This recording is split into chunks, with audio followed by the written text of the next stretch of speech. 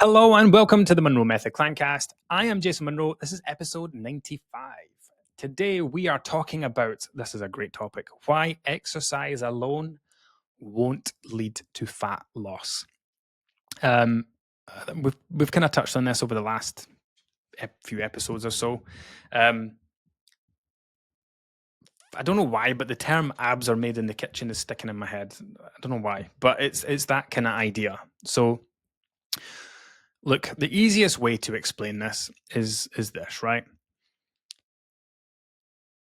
There are people who will exercise to lose weight. They'll change nothing else.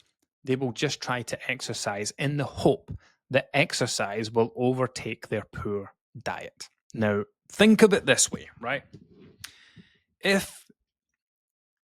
are many people who just believe that exercising alone is going to be enough to help them lose weight. They believe that all you need to do is start exercising to make your weight come down. You don't need to do anything else, which isn't true, of course. And the way to try and help with that is if you can achieve multiple things while doing something, that thing isn't going to help you achieve just one of them. So what I mean by that is there are people who exercise and lose weight. There are people who exercise and maintain their weight. And there are also people who exercise and gain weight. Now, if your weight can do whatever it wants to do while exercising, how can exercise be a solution to your weight? Now, I can't remember which episode it was. Fad diets, all or nothing mindset. I can't remember. But whatever one it was, where I spoke about how exercise isn't for your weight, like that's why. Because let's go back to 2016 Jason, who had just joined Bannatyne's gym in Falkirk and went into the gym, ran on a treadmill because he was too nervous to go near the weights, because not that I hadn't ever lifted weights before. I've been going to the gym on and off for years, but this was a new gym. All the big fucking steroid juiced up guys were down at the free weights section, and I was very nervy and like, I don't really want to go down there. So I would just go on the treadmill and run for an hour and burn 300 or 400 calories, and then come out and then go for a sauna, go for a steam room, get a shower and changed, and then go to McDonald's. And in my mind, it's like, well, I've just been to the gym, so I'm just going to go straight across this retail park, jump into McDonald's, and I'll get a large Big Mac meal with fries and a drink at 800 calories. So that's a perfect example of how someone can go to the gym and gain weight. I went to the gym and burned 300 calories, and I went and had an 800 calorie dinner. That gives me a net gain of 500 calories. I think the other thing is that people drastically overestimate the amount of calories they burn in the gym. Not their fault. They've got stupid machines telling them they're burning hundreds, sometimes thousands of calories. They've got instructors and classes telling them that every spin class helps you burn 600 calories and nonsense like this. Even lifting weights. Do you know, here's a little tip for people who aren't working with me and who might try and calculate their calories by themselves. When you're tracking exercise, and I get this a lot because of the way that I calculate people's calories, is I'll get people to explain to me what they do for exercise. So it's like, they'll put in 3 hours of moderate exercise, and then in the explanation, they'll be like, yeah, I lift weights 3 times a week. Now, for you to be doing 3 hours of lifting weights, right, you would need to go to the gym and lift weights non-stop. If you're going 3 times, like if you're going to lift weights for an hour, you would have to go to the gym for 3 hours, and you would have to do a ridiculously long workout program, because the exercise part is the part where you are lying down or sitting or standing and you're doing the repetition. So let's say you're doing a bench press. You're lying on your back, the bench is down, the bar's down, the bar's up, the bar's down, the bar's up. That's the exercise part. You don't do that for 60 minutes. You do it for about 20 minutes, because the rest of the time you spend going to the toilet, drinking water, checking your phone, having 2 or 3 minute rest periods, taking weights off, putting weights on, walking back and forth to machines. 60 minutes in the gym, just talking about lifting weights here, right? If you're someone who weight resistance trains, 60 minutes in the gym is not 60 minutes of exercise. 60 minutes in the gym, you will find, is about 20 minutes of exercise, 20, 25 minutes, roughly. I can't remember what it was, but I stopped tracking workouts because it was just stupid. My Garmin's not very good at it because it tries to count reps and stuff. But at the end of an hour session, it would tell you what your activity, I think it's activity time. And it was like 18, 19, 20 minutes of actual repetitions. So this is how people overestimate their calories so easily when it comes to lifting weights, because they say, well, I walk into the gym at 5 p.m. and I come out at 6 p.m. I did 1 hour of weights. It's like, no, you did 20 minutes of weights. So people who think they're lifting weights for 3 hours a week are probably only doing it for an hour. And this is how people overestimate their calories. They go on to calorie calculators. They put in, 3 hours of exercise. What are you doing? Lifting weights. Awesome. So that's 180 minutes of nonstop weightlifting. That's what it adds on to your calorie burn. And listen, lifting weights burns hardly any calories. Like, you don't do it to burn calories. You do it to build muscles that will one day burn more calories, but you do it for all the health benefits. It's not for your weight. It's not to burn calories. It's definitely not to help you create a calorie deficit. A 60-minute session, you might burn 150, 200 calories. Because, like I said, you're only doing stuff for 20 minutes of that hour. So lifting weights is not a massive calorie burner. As I have now realized, you cannot walk out of the gym after burning 200 calories and somehow that justifies an 800-calorie McDonald's. And then you wonder why you're doing all this exercise and all this stuff and your weight's going up the way. So this is why we say that, like, exercise alone will not help you lose weight. In fact, exercise alone can help you gain weight. I mean, that's what I did. Exercise alone helped me gain weight because I created this idea, which I now realize is ridiculous, and you may now realize is ridiculous, that because I was going to the gym, I could eat like this, because in my mind, this burned hundreds and hundreds of calories, thousands of calories even, and it was just nonsense. So exercising alone, if exercise can help someone lose weight, help them maintain their weight, and help them gain weight, how's it just going to help you lose weight? Like I've said previously, your weight is 95% diet, 95%. And you can have the argument and say, yeah, but if I exercise and my calorie burn will be higher and then I'll be able to lose weight. And yes, that's a part of it, but it's all relative. You know, people, you don't need to exercise to lose weight. Like if I didn't exercise, my calorie burn would be about 2,100 per day on average. If I stuck to 1,500 calories, I would lose around a pound a week. But between lifting weights a few times a week, walking the dog every morning, my calorie burn is around 2,400, 2,500 each day. So if I stick to 1,500 calories, I would lose 2 pounds a week. So it's all relative. And the thing is, yes, if you exercise, you could lose fat on higher calories, but if you're exercising, your hunger levels are probably going to be higher. So you're going to need those extra calories. They're not bonus calories. Like, let's say you're not exercising and your calorie burn's 2,000 calories a day and you're having 1,500 a day and you're losing a pound a week. And you get it into your head that, well, do you know what? If I start going to the gym 3 times a week and I lift weights 3 times and I burn an extra 150 calories a time, so what's that? 150, 300, 450 across 7 days. That's a terrible example. Let's say you start going to classes, right? So you start going to 3 spin classes a week, and that takes your calorie burn on average up to 2,200 a day. And you go, awesome, I'll just keep eating 1,500, and now I'm burning an extra 200 a day. I'm going to lose 1.5 pounds a week instead of just a pound.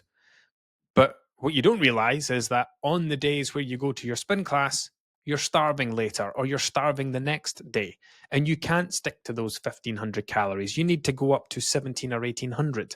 And now the bonus that you're getting from exercise, you're actually having to to eat away because you're more hungry because of your activity level. So it's all swings and roundabouts, and this is why it all comes back to your diet.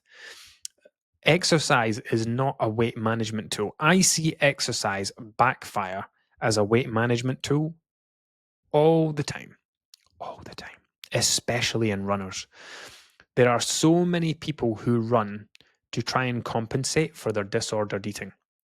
And they think they're super healthy. Like, it's almost as if they use the running to try and counteract what they know about their eating habits. So they'll book half marathons and marathons, and they'll do training and they'll follow training programs, and they feel good when they're doing it because they can control that while their eating remains out of control. But it's all right because nothing's really happening to their weight, because all the training that they're doing, these long run days, they can go and eat mega on those days. But what happens when they're not training for a half marathon or a marathon and the training tapers off? Their weight starts to go up because they're eating, their activity level temporarily exceeded their disordered eating habits, and it kind of kept them. It's the wrong way to use it. Keeps their weight under control. It doesn't keep the habits under control, but it compensates for them, right? It means that they don't have as much of a negative impact. But take away the activity, what's the person left with? And I see it all the time, especially in people who injure themselves. They'll go over on an ankle, they'll tear something, they'll break something, they'll strain something. They're told not to run for 6, 8, 12 weeks, and they go into panic mode. Oh my God, what's going to, and their eating habits don't change. They've still got all this disordered eating going on, only now they don't have exercise to cover up anymore. They don't have exercise to hide it. They don't have exercise to use up all those extra calories that they're eating. And now it's getting added to their body as body fat. So anyway, point is, this is going to be a very short episode. Exercise alone will not lead to fat loss. It will in some people, yes. Like, God, there could be someone who is like teetering right on the edge, right? They're not overweight. They've maybe only got 5 or 10 pounds to lose. They have relatively good eating habits, relatively well-balanced diet, and they take up couch to 5K.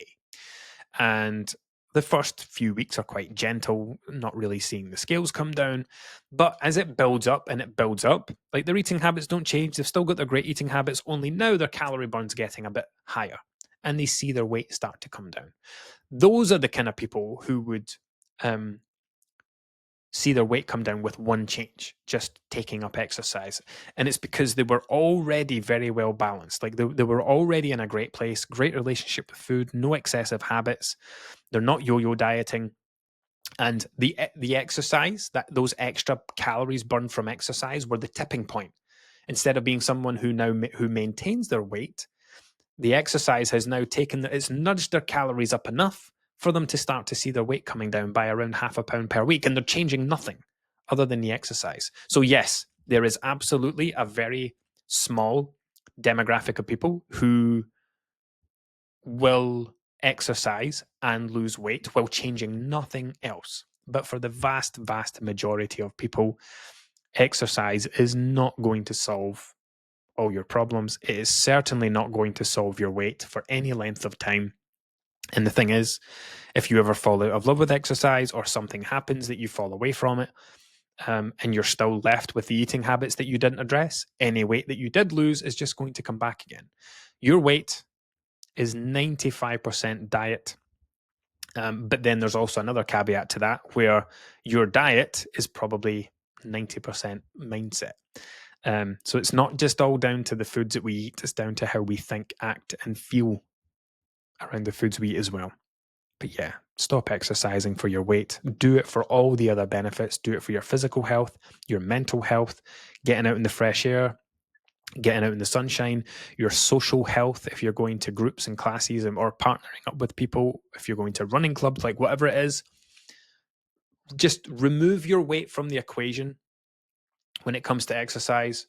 Remove your weight from it and focus on all the other benefits. Because the thing is, I didn't say this before when I spoke about this.